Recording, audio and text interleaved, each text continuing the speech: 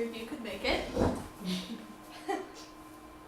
My project is called the Stepping Stone Recording Studio, and I based my thesis and my capstone both on this project. So it's been quite a hefty semester. So basically, the main question that I get is, what the heck is that? Where does stepping stone come from? What's the point? Why'd you do it? Basically, a stepping stone is something that helps you get across something else. When I looked up the definitions on Merriam-Webster, it said that a stepping stone quite literally is a large flat stone that helps you get across a stream, but figuratively it is something that helps you get or achieve something else. So that's basically kind of where I was going with this. It's not a final product, it's not supposed to be an end, it's supposed to be a means to an end. It's basically, just a basis for beginning your career. So, in one of the books that I read for this project, there was an interview with studio designer Carl Tatz, and he was asked, what would you tell someone who's trying to build a studio on a budget? And he replied, if you're going to do it right, building a studio is a big job because there's so much detail required when the isolation comes into play. But if it's just a bedroom or a garage, you can just drywall it and add sound panels. That's easy. But if you're doing it in an upstairs bedroom in a way that you don't want to wake the kids, that's a whole nother world. That's when you get into a room within a room and the price skyrockets. So basically all that he's saying here is that home studios are expensive if you want to get into a professional type studio in your home. The more you add to it, the more expensive it gets. And this is why kind of making the most of what you have is the cornerstone of my project. And that involves the space, the equipment, money, budget, and the acoustic treatment that you have. The space entails stuff like the walls, the floors, ceilings, furniture, and then the materials that each are made of. And it involves working around the locations of the windows, the doors, the power, the studs in the walls, all that kind of stuff. Stuff that you're not going to be able to move, especially if you're in a rental home like what I'm in right now. I don't have the money or the ability to rebuild this entire room to work around what I need it for. And the equipment and the money they really tie into each other. They're not necessarily a separate entity, because the equipment that you need, the microphones, the digital audio workstations, the interfaces, the speakers, they all cost money, and it adds up very, very quickly. So how do you best spend that money? How do you make it stretch? And how do you treat the room acoustically, without breaking the bank? So all of these questions just have been running through my head for the past couple of years. What am I going to do? How am I going to do it? How am I going to afford it? What's my future going to look like? So I really just decided to go ahead and answer these questions and make a project out of it, because then it's a win-win situation for me, really. Because the ultimate goal is to have a professional home studio, something that looks good, sounds good, practical, usable. But this is not something that I can do right out of college. I mean, maybe if I took out another $20,000 loan, I could do it, but with the loans that I have, that does not look too good to me right now. So this would just be a really hard thing for me to have after graduation, and for any of you guys to have after graduation if it's something that you want. So I decided to plan something that I can make now, I can afford now, and I can move it or expand upon it later. So who's this project really for? Is it just for me? No, it's not. The project's for all of us. It's for, it's for graduating seniors, it's for juniors, it's for younger audio students if they're interested, and mostly it's just for me and my friends.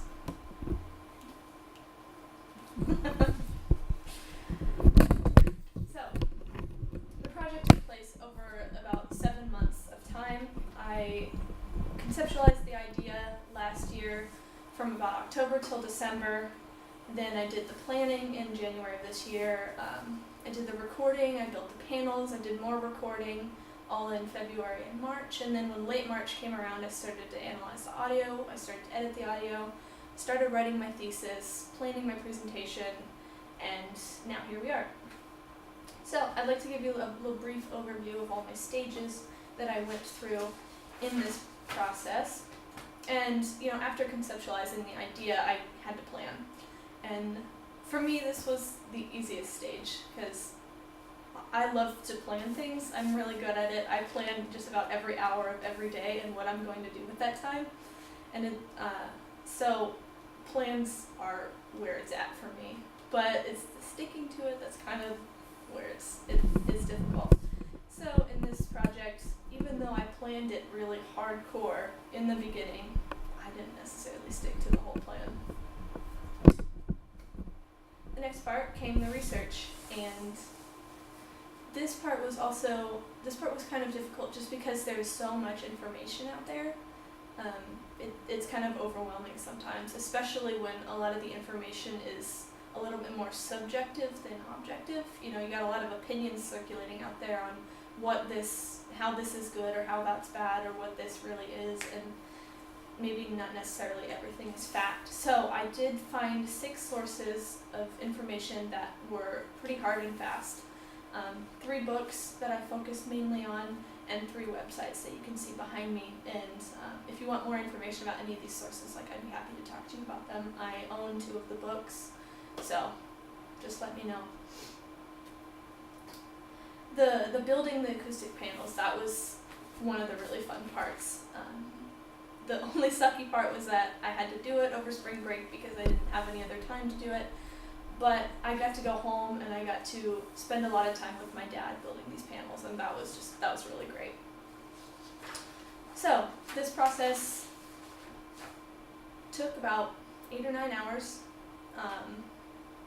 I spent about $100 on materials. I followed the rather extensive PDF that I found online on an article called DIY Bass Traps and Acoustic Panels, which I'd be happy to share the link with you guys if you're interested later. I followed the instructions, bought the materials, and I just did what they told me to.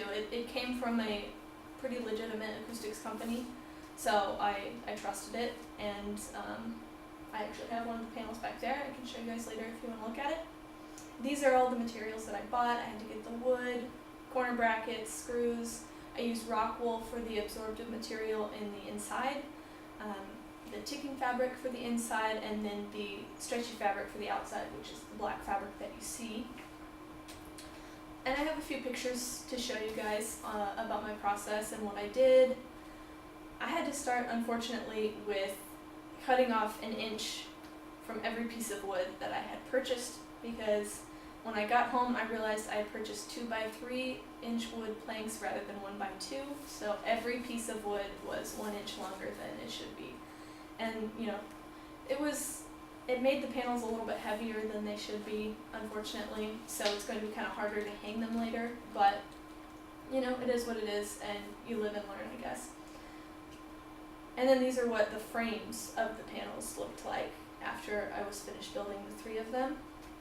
After building the frames, I had to put the ticking fabric on the inside of the frame, lay the nice fabric out on the table, then I put the slabs of rock wool on top of the fabric, and then the frame with the other fabric on the inside facing the rock wool, so that I could stretch the nice fabric around the frame and staple it to the back.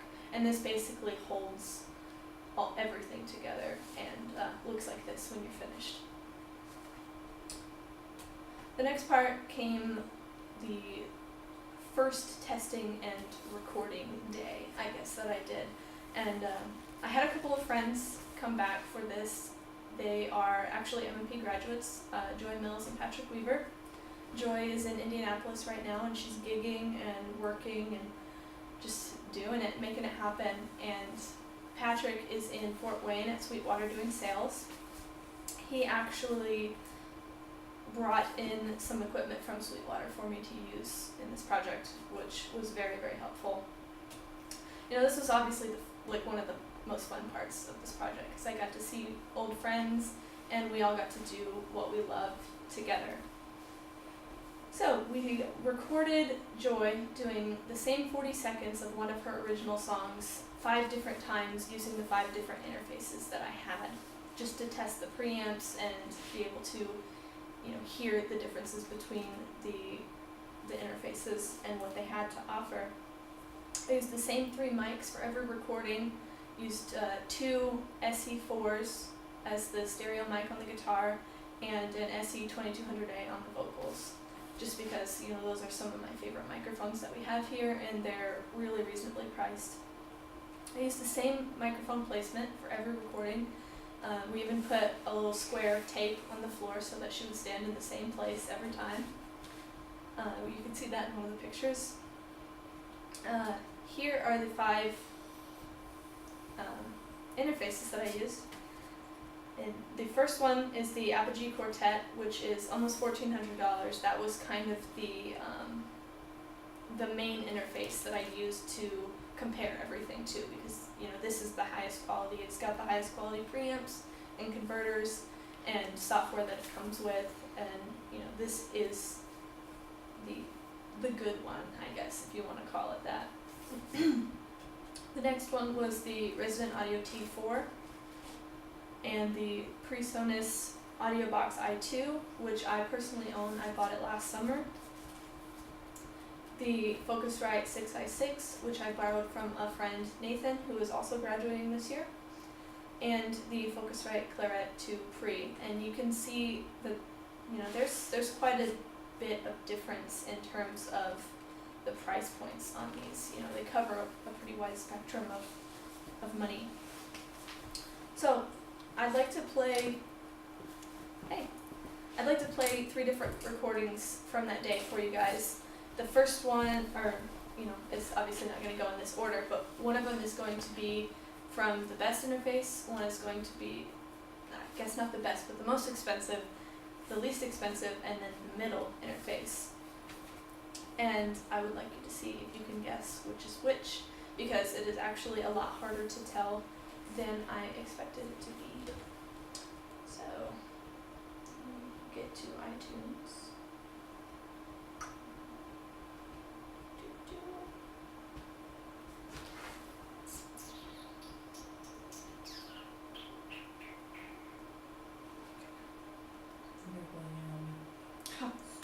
Thank you. I'm fine.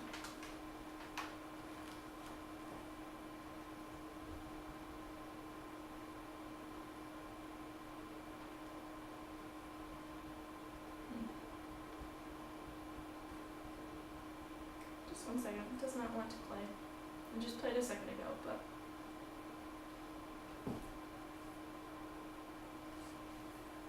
Okay.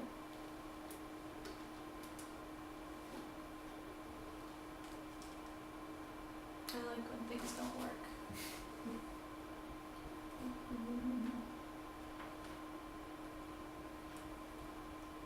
Well, I'm really not sure where this. Oh, because it's muted. Ethan muted it. Ethan, dang it, Ethan. Okay. Try this one more time. Stronger than fate. Nothing happens by mistake.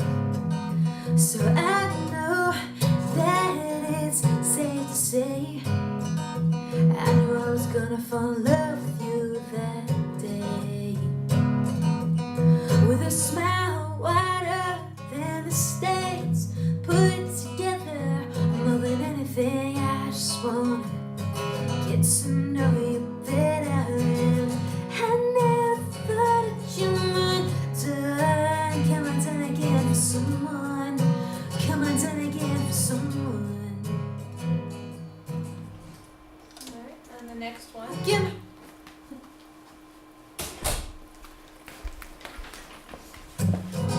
Stronger than fate. Nothing happens by mistake. So I know that it's safe to say I knew I was gonna fall in love with you that day. With a smile wider than the States put together. More than anything, I just wanna get to know you better. I never thought that you done. Come on, done again for someone. Come on, done again for someone. And then the last one. Stronger than me. Nothing happens by mistake. So I know that it's safe to say I knew I was gonna fall in love with you that day.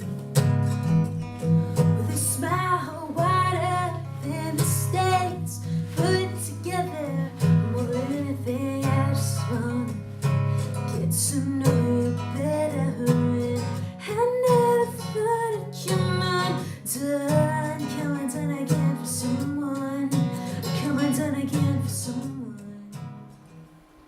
Alright. Anybody feel like they need to hear one again? No? Well, what do you think it is? Ooh, that was tough. Anybody have any guesses on which one was the best or most expensive? I hate to say best though. I think the second is the most expensive. Yeah, Really? I was gonna say that's it. Mm-hmm. What do you think? Yeah. Well, you guys came a little late, so you're not really gonna know. I played 3 different audio recordings for everybody of the same audio from using different interfaces to record with. Yeah. You'll actually be surprised to know that the second one that I played was not the most expensive, actually. The first one that I played was the most expensive. That was the Apogee. The second one that I played was the Resident Audio T5, which is only $250. The third one that I played was the Audio Box, which is $150.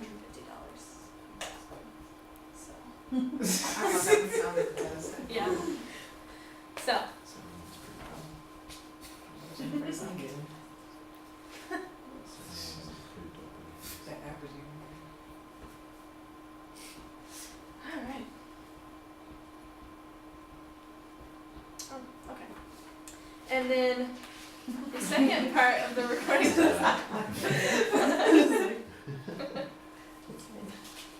yeah, she hates this part. Was when I did the speaker and acoustic treatment testing, and this took place in my own bedroom, which is what you see on the picture. This is a room in a rental college house. You know, like it's not the best room. It's got thin walls. It's got thin floors. I live above a basement. It's got little to no insulation, which I am sure of because it's really, really cold all the time.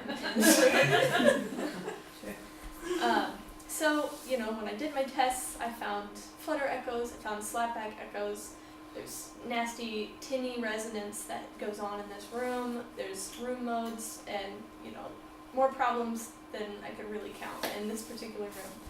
So, I did the best with what I had, which is, again, the cornerstone of this project. So, the tests that I did were both before and after I moved furniture and placed acoustic treatment and all that stuff. This is the after. You know, this is all the treatment that I put up. You know, you can see the panels in the corners. There are drapes hanging on the window. I put a comforter, a really heavy comforter, over top of my mini fridge to help minimize reflections from that. It's actually one of the most noiseless fridges that I've ever heard in my life, so that's not really an issue. I used my mattress in one corner, and then behind my speakers you can see I have blankets that are actually draped over picture frames. So I just kind of took some things out of one of the books that I had. It was basically a chapter on using what you have in your house as acoustic treatment. And so that's what I did. The recordings that I did this day, these 2 days really, were of vocals, which you can see in the previous picture, acoustic guitar, and voiceover, which are three of the most common recordings that you're going to be doing in a home studio.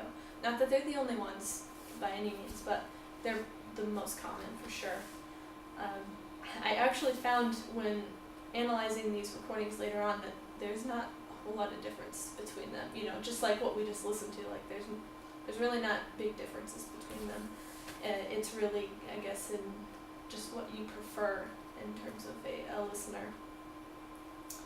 Okay. So, to do all my speaker tests, I used an app called Audio Tools, which is available in only the iTunes App Store, unfortunately.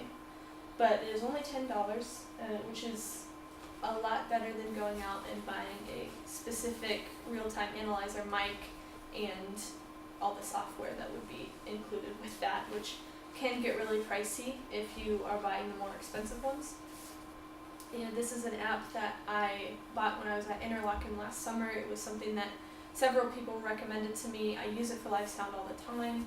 It's got a real-time analyzer, which you see pictured on the slide. It's got an SPL meter that you can use, and it's got several different features that you can really utilize it for whatever you need. The speaker tests, or the speakers that I purchased last summer, they are the JBL LSR 305s, which I'm going to talk a little bit about later. And to test them, I use this app, like I said, but I did a frequency response test using both my ears and this app with these speakers, and I basically just pulled up a Pro Tools session and popped a frequency sweep on one of the tracks and just played it to see how many, just to see what frequency band I could hear. And I actually, without increasing or decreasing any of the gains, I was able to get from 44 hertz all the way up to 19 kilohertz out of this pair of speakers, which is pretty fantastic for a speaker with a 5-inch woofer. I also, unfortunately, while I was doing these speaker tests, I found a pretty significant bass buildup in my room, which is not surprising at all, considering that the walls are so thin. I did this by playing some pink noise out of the speakers and just walking around my room to hear the room modes, to hear if anything, any of the frequency content went up or down, and then if I did hear that, then I pulled out my Audio Tools app and just double checked it to make sure that I was really hearing it correctly, and 8 or 9 times out of 10, the app would pick that up as well. So, even though I placed absorption behind the speakers, like what you saw in the previous picture, and I put my bass traps in the corners, I had my closet door open with my clothes in it to help absorb some of that bass content. I still had an unfortunate bass buildup in the center of the room, which you can see in this really lovely sketch that I drew of my room. If I had more time and more money, I think I would definitely be able to attenuate that even more, but I don't. I just don't have the money or the time to do it right now. And that's really, again, that's the point of my project. This particular part of the project took about 2 days. I started with day 1 doing the before tests, the before recordings, before the speaker, or the acoustic treatment placement, I mean. And then the second day, I moved all the furniture, I put in all the acoustic treatment, did the tests again, did the recordings again, and then moved everything back. So that was fun. So in the after part, on day 2, a lot of people have asked me, how did I decide where to place my speakers in my room? Because, it's really hard to place monitors in a bedroom, especially one that you live in and you need a lot of space in. So, I looked at various ways to calculate where to place speakers in a room, a rectangular room specifically, and I'd like to refer back to the Carl Tatz interview. one more time because Osinski asked him if he subscribed to the 38% rule, which is also called the golden mean rule, and it basically states that you are to put your speakers 38% of the way into the room. And he said, yeah, all that really does is put you in between the nulls.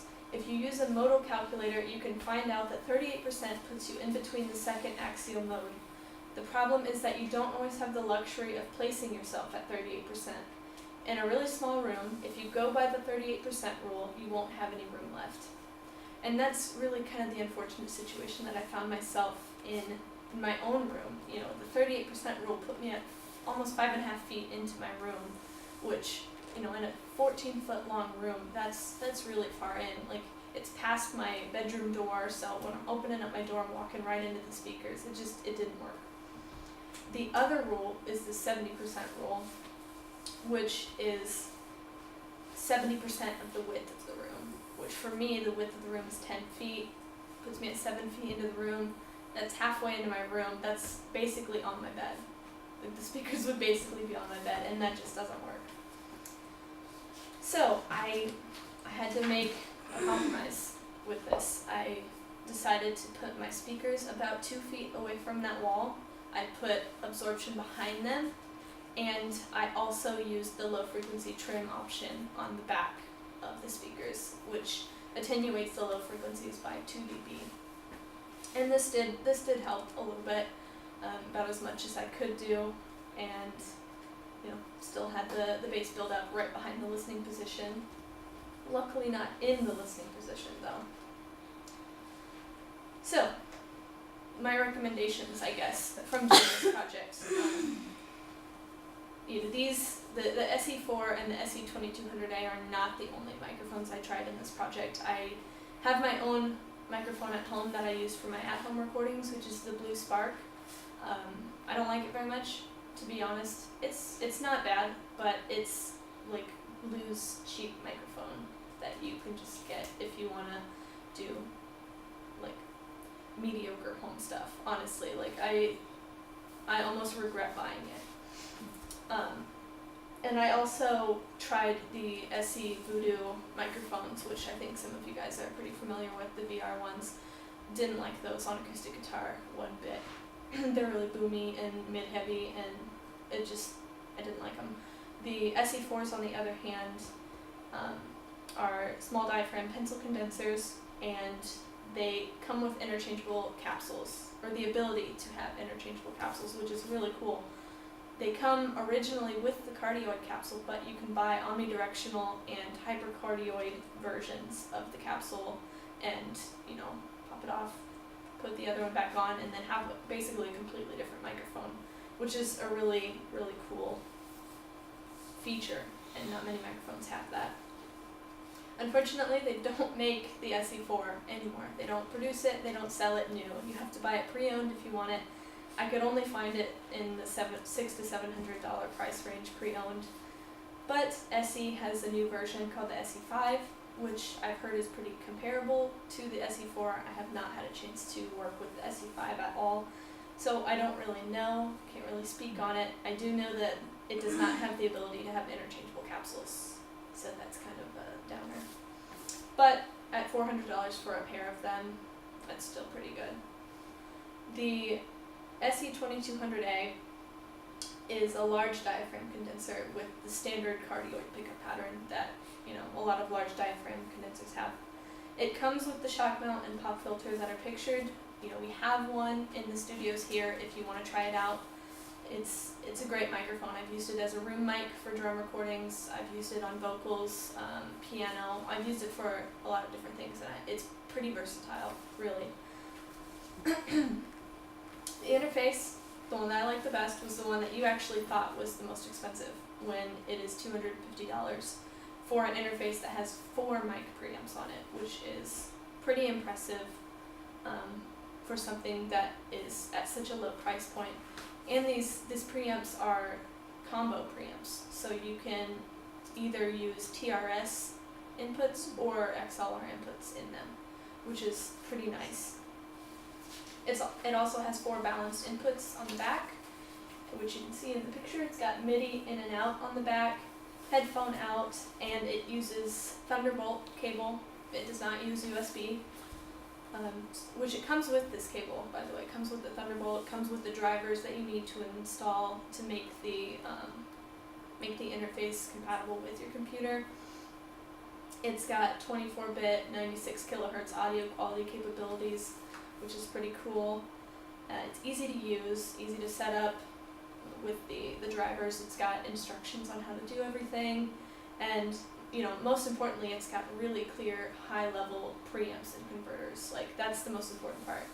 And I really plan to purchase one of these and replace my audio box because I like this way better. The JBL LSR3 305s are the speakers that I've had for about a year.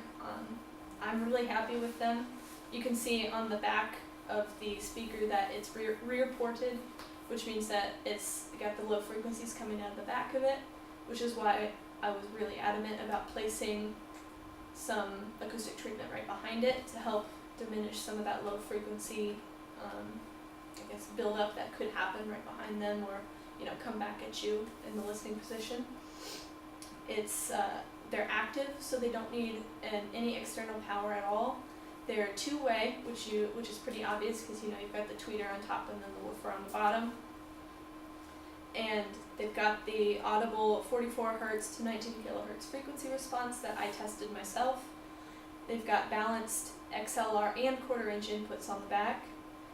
They've got the low frequency and high frequency trim options on the back, which is a really cool feature to have in a pair of home studio speakers, because you never know what kind of room you're going to be working in, or if you're going to need to cut out some sort of frequency because you've got maybe a room mode right where you're sitting.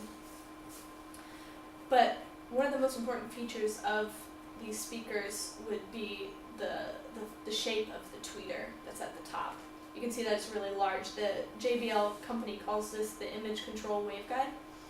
And I did a little bit of research about this waveguide because I wasn't really sure what that means. And I found a review, not an article, a review on soundonsound.com that says that the secret to the waveguide is the fine detail of the shape of the flare, in particular those Klingon forehead ridges in the middle of the four sides. In addition to managing dispersion, the waveguide is also designed to time align the tweeter with the woofer.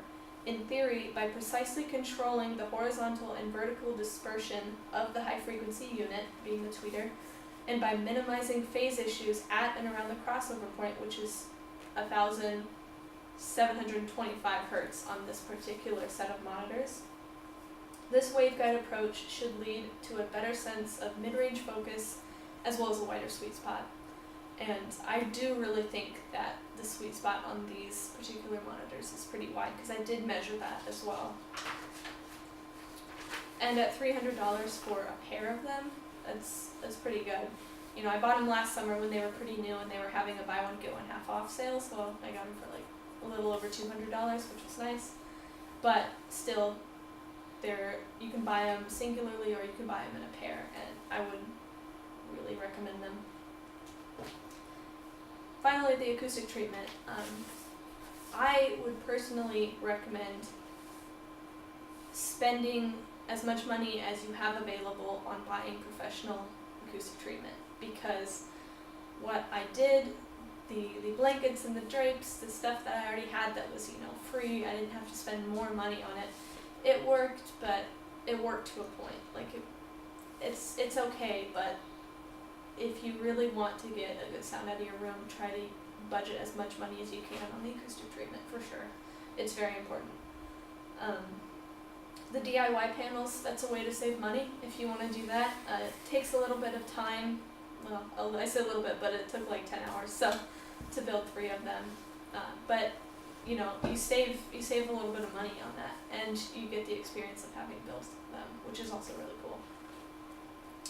So my goal budget for this project was to find gear and treatment that would cost between $1,000 and $1,500.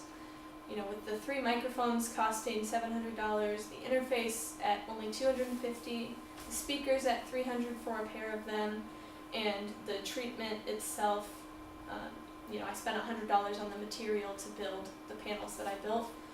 The actual total was only $1,350, which gave me a little bit of wiggle room to perhaps purchase some professional acoustic treatment soon, which was really good. So, that just leads me to, how do you guys know what to buy, and how can you figure out what to buy if you don't want exactly what I talked about here? Because, this setup may not be for everybody. And you're most likely not going to have the ability to test 5 different interfaces coming from, Sweetwater or whatever, unless you go and work there. So you're just going to have to research. You have to research all of the gear that you're interested in, talk to people. There's blogs online that you can talk to people on. You can contact professionals that either have their own home studios, or people that work at companies like Sweetwater or Alex or things like that. Get professional opinions on things. Create a budget and stick to it, like what I did with this project, because you can get distracted very easily by the new things, which leads me into don't get distracted by the hype, because what's new and what's super cool right now may not be the best option for you. And then the order to buy these things. Like I said, the acoustic treatment is the most important part, really. The speakers and interface are at a really, really close second, but you're going to need to treat your room before anything else. You get your speakers and your interface and your cables next, because those need to be as good of a quality as you can afford also. And then the microphone, really, those come last. They're important, obviously, but what's more important is how you use the microphones, and then how you listen back to the audio that you recorded with the microphones to edit that audio. And then these are my sources. If you guys are interested in maybe looking at building your own acoustic panels, the 2 links that are at the top there, the first one is the link to the article itself. The second one is the link to the actual PDF that I went by. And then, of course, the last link is the sound on sound review of the speakers. Any questions? She's like, no. No, okay. I have a question, but I forgot it. It's gone now. That's okay. You jumped in like halfway through the presentation. Okay. So. What would this be a stepping stone to? Say you put in 1,000, 1,500. What would be the next step that you would? How would you build on this? Trying to get back to my previous slides. A stepping stone ultimately to something like this. This is a professional home studio. They've got the drapes in the background, like what I was talking about. They've got professional acoustic panels. They've got the carpet on the floor. They've got the speakers that are isolated on their own stands. Probably better insulation than the walls. Probably better insulation. It's not a rectangular room.